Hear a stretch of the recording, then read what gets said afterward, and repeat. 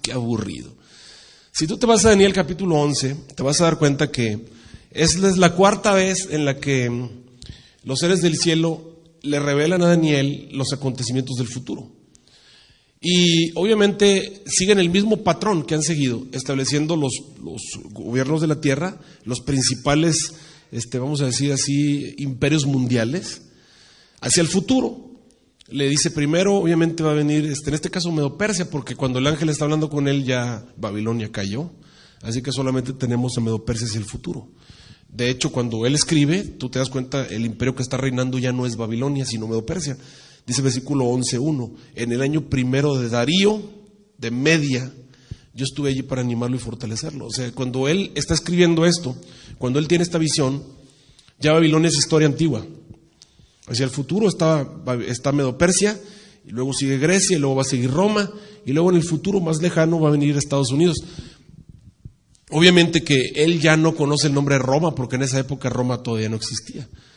Todavía Rómulo y Remo no habían nacido, ¿no? Entonces todavía Roma no existía, era historia futura. Y el ángel ya no usa ningún nombre para referirse a Roma, solamente dice un imperio que va a venir en el futuro. Y al final, cuando habla del último imperio del norte, empieza a utilizar ya mejor el término un rey del norte y un rey del sur, para referirse a un rey que viene del norte. Y ese último rey del norte ya todos sabemos que es Estados Unidos. Entonces, quiero que se ubiquen bien en el contexto histórico y voy a hacer un trato con ustedes. No les voy a dar todo Daniel 11, ya que es bastante aburrido. En algún momento lo voy a poner en internet para que tengan el seminario completo de Daniel 11 del 1 hasta el 25. Vamos a empezar desde el versículo 25. Les voy a dar nomás aquí algunos detalles. En el versículo 25 es donde empieza lo bueno, es donde aparece Estados Unidos, ¿está bien? Pero entonces vamos a ver lo que dice el capítulo 11. Miren, el capítulo 11 empieza obviamente con Persia, donde le dice va a haber todavía 3 reyes más y el cuarto se va a hacer de grandes riquezas. Empieza desde Persia y termina hasta el capítulo 12, en este caso con los acontecimientos del tiempo del fin, todo lo que tiene que ver en el momento en el que se levanta Miguel, es el fin de la gracia, y obviamente desde el capítulo 11 hasta donde se levanta Miguel, esos son acontecimientos terrenos, hasta el momento en el que Cristo se levanta. Así que todos los acontecimientos son históricos, prácticamente. Vamos a ver, ahora sí, nos brincamos todos los imperios mundiales, nos brincamos a Roma y nos vamos al momento en el que ya aparece el Papa unido con Estados Unidos, en lo que ya conocemos que ocurrió desde Ronald Reagan. Ustedes saben que en ese momento se consolidó la unión papado-Estados Unidos. Juntos hicieron algo, destruyeron al bloque comunista. Y a partir de ese momento, pues el siguiente presidente de Estados Unidos es George Bush. Obviamente él ya está encaminado en la unión Estados Unidos-Papa, que antes era extraña, pero ahora es extraordinaria, vamos a decirlo así. Ahora el papado y Estados Unidos pues están unidos. Desde mucho tiempo antes eran enemigos, pero ahora con un objetivo común, Ronald Reagan hace la unión y juntos hacen que se debilite el bloque comunista, y entonces el bloque comunista cayó delante de nuestros ojos. A partir de ese momento el mundo ha cambiado, Estados Unidos toma nuevas dimensiones y ahora los enemigos, entre comillas, comunes del papado y de Estados Unidos son enfrentados a través de la historia. Entonces vamos a ver este momento en el que aparece el versículo, vámonos al versículo 25 de Daniel capítulo 11. Y déjenme brincarme todo esto y nos vamos al punto específico en el cual estamos hablando. Capítulo 11, versículo 25.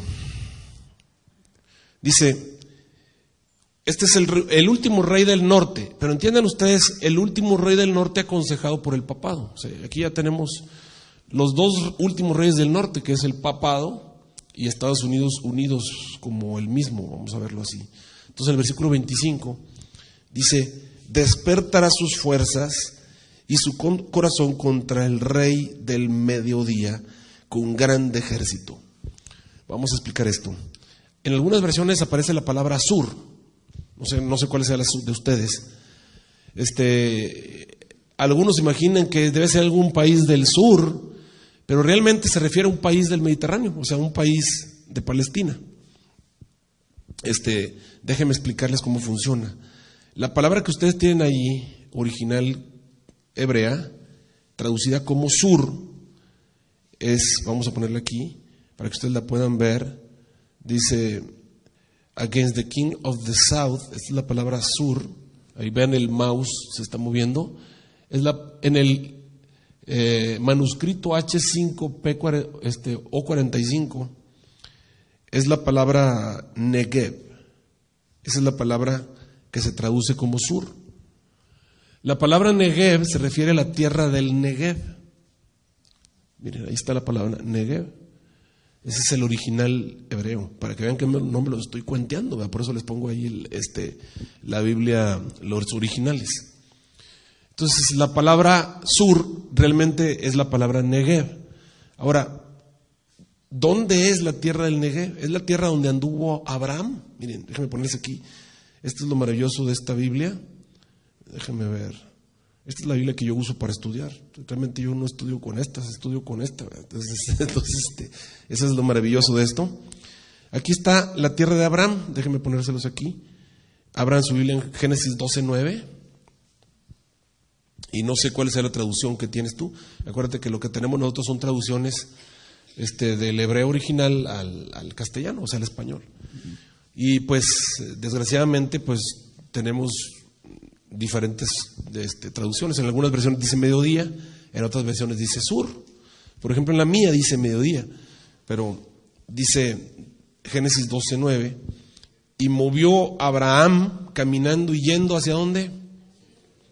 Hacia el mediodía, en algunas versiones, en otras dice sur. Y es exactamente la misma. Acá dice Negev, fíjense, eso está mejor todavía porque ese ya de perdido no dio traducción. Solamente digo, bueno, pues a la tierra del Negev. Y ahí que se arreglen las personas que busquen dónde fue, ¿verdad? Entonces, eso está mejor porque cuando te dice el sur te da una idea un poquito equivocada. Todavía la palabra mediodía te hace pensar que tiene que ser algún lugar al medio, ¿no? En el medio. O sea, desde mi punto de vista, decir sur es ya dejarle la mente a la gente hacia pues Egipto está más abajo, y imagínate, entonces si ese es el sur, Egipto es el sur, entonces no sé cuál sería. Pero entonces la traducción Negev está mejor porque todavía te deja la idea, el que es el Negev, o sea, entonces ya búscale dónde está el Negev.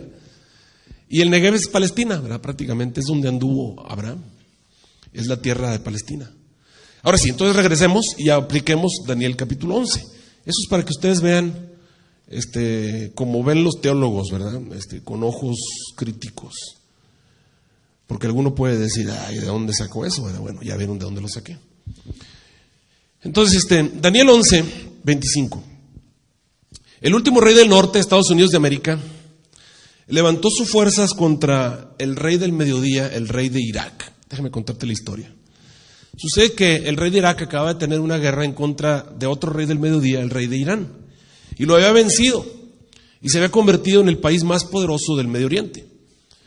El rey de Irak, Saddam Hussein, tenía un ejército de 1 millón de efectivos en ese momento. Era el ejército más poderoso de la zona, más poderoso que cualquier país alrededor en el Mediterráneo. Entonces le pidió al gobierno de Kuwait, que en ese entonces era el cuarto productor de petróleo del planeta Tierra, que contribuyesen para pagar sus gastos de su ejército. Por supuesto que los sultanes, dueños de Kuwait, se negaron rotundamente a darle cualquier tipo de apoyo monetario a Saddam Hussein. Saddam Hussein entonces los amenazó, que si no cedían a sus demandas, él los iba a invadir. Como Kuwait se negó, entonces ocurrió el deseo de Saddam Hussein de anexarse Kuwait como la provincia número 28 de Irak. Los que tienen cierta edad se acuerdan de lo que ocurrió exactamente. Saddam Hussein invadió Kuwait y entonces el rey del norte, en este caso ya tenemos una coalición, acuérdense que Estados Unidos y el papado ya se habían unido y ya había caído el bloque comunista. Estados Unidos inmediatamente dio el grito en la ONU diciendo, ¿cómo va a ser que van a invadir Kuwait? ¿Cómo va a ser que Saddam Hussein, que es un gobierno enemigo nuestro, va a anexarse, vamos a decir así, a Kuwait? Entonces comenzaron una guerra de palabras y finalmente Estados Unidos levantó a una gran cantidad de países que se les unieron, hicieron una alianza, una coalición y atacaron a Saddam Hussein, que estaba obviamente invadiendo Kuwait. A esa operación se le llamó la tormenta del desierto. ¿Se acuerdan ustedes de esa batalla? Bueno, dice el capítulo 11, versículo 25, y despertará sus fuerzas y su corazón contra el rey de Irak, en este caso, con grande ejército. Y el rey de Irak, en este caso Saddam Hussein, se moverá a la guerra con grande y muy fuerte ejército, pero no va a prevalecer porque lo van a traicionar. Entonces, la guerra fue muy sencilla. Los países que venían atacando la alianza atacan a Saddam Hussein, que tenía 1 millón de efectivos. Y Saddam Hussein, cuando ve que lo van a atacar, empezó a amenazar, ¿verdad? Empezó a llamar a todos los países árabes, los países que son de su misma religión, que todos los musulmanes son muy unidos en este sistema, los islámicos. Últimamente ya nos dimos que no tanto, pero en esa época se creía que eran muy unidos los islámicos por ser de la misma religión. Él empezó a llamar a todos los países islámicos, los empezó a llamar para que se le uniesen en contra de los cristianos, porque él decía que los países que lo estaban atacando eran los cristianos. Y esta va a ser una guerra entre cristianos y musulmanes, decía él, entre árabes. Y entonces comenzó a llamar a todos sus países asociados en la Organización de Países Palestinos Productores de Petróleo, o sea, en la OPEP. Y comenzó a llamarlos para que les le ayudasen en esta guerra en contra de los invasores y de los enemigos cristianos. Y algunos países prometieron que lo iban a acompañar, pero la realidad fue que a la hora de la hora, todos los países árabes y todos los países palestinos y todos los países que de alguna manera simpatizaban con él, se retiraron y ninguno peleó, lo dejaron solo. Es más, no solamente los países árabes y musulmanes dejaron solo a Saddam Hussein, sino que incluso los que comen de su pan, es lo que dice la palabra de Dios, versículo 26. Dice, aún los que comen su pan lo quebrantarán y su ejército será destruido y caerán muchos muertos. Incluso los aliados de él que participan del petróleo, porque todos esos países viven del petróleo. Estoy hablando, por ejemplo, de un país como Pakistán, que es miembro de la OPEP, que es musulmán, pero que en vez de pelear al lado de Saddam Hussein, peleó contra Saddam Hussein. O sea, Pakistán se unió con los países cristianos, o sea, los musulmanes unidos con los cristianos contra otro país musulmán. Entonces, los mismos que comparten su pan se unieron en contra de él para pelear y vencer entonces a Saddam Hussein. Saddam Hussein fue derrotado. Ustedes recuerdan, el ejército prácticamente quedó desmembrado y los poquitos que quedaron se retiraron a Irak, incendiaron los pozos. ¿Ves lo que están viendo ahí? Son los pozos que quedaron incendiados. Kuwait quedó liberado, fue una victoria completa para los Estados Unidos de América y para los países de la alianza. Eso fue la tormenta del desierto. Esto fue en la época de George Bush padre. George Bush padre obviamente estaba obteniendo una gran victoria, en esa época eran los republicanos. Lo que ocurrió fue entonces que los jeques musulmanes, los jeques encargados, esos de Kuwait, pagaron tributo a Estados Unidos. Pues obviamente le debían un favor a los Estados Unidos de América. Habían liberado su tierra, habían recuperado sus pozos, les habían devuelto sus negocios que se los habían quitado por la fuerza. Entonces, ¿cómo pagarle a un ejército, no? Entonces, con una gran cantidad de dinero estuvieron pagando tributo. De esa manera, Estados Unidos no lo hizo gratis, eso sí les digo. Entonces, todo ese dinero viene a las arcas de Estados Unidos. Y dice la palabra de Dios, versículo 27. Estamos en el versículo 27. Y el corazón de estos dos reyes será para hacer mal. En una misma mesa tratarán mentira. Después de la guerra, ustedes recuerdan qué pasó. Saddam Hussein estaba en su tierra, George Bush padre acá. Llegan, empiezan a alegar en la ONU. Los Estados Unidos de América acusan a Saddam Hussein de tener armas biológicas y de estar produciendo armas atómicas y de tener hangares ahí en los cuales estaba haciendo todo este tipo de experimentos. Y Saddam Hussein lo niega y empiezan a discutir unos con otros. Y todo eso ocurrió, nosotros los vimos en las noticias. Eran relaciones hostiles entre los dos países. Esa era la época de elecciones en Estados Unidos de América. Dice la Biblia ahí, regresemos al versículo 27,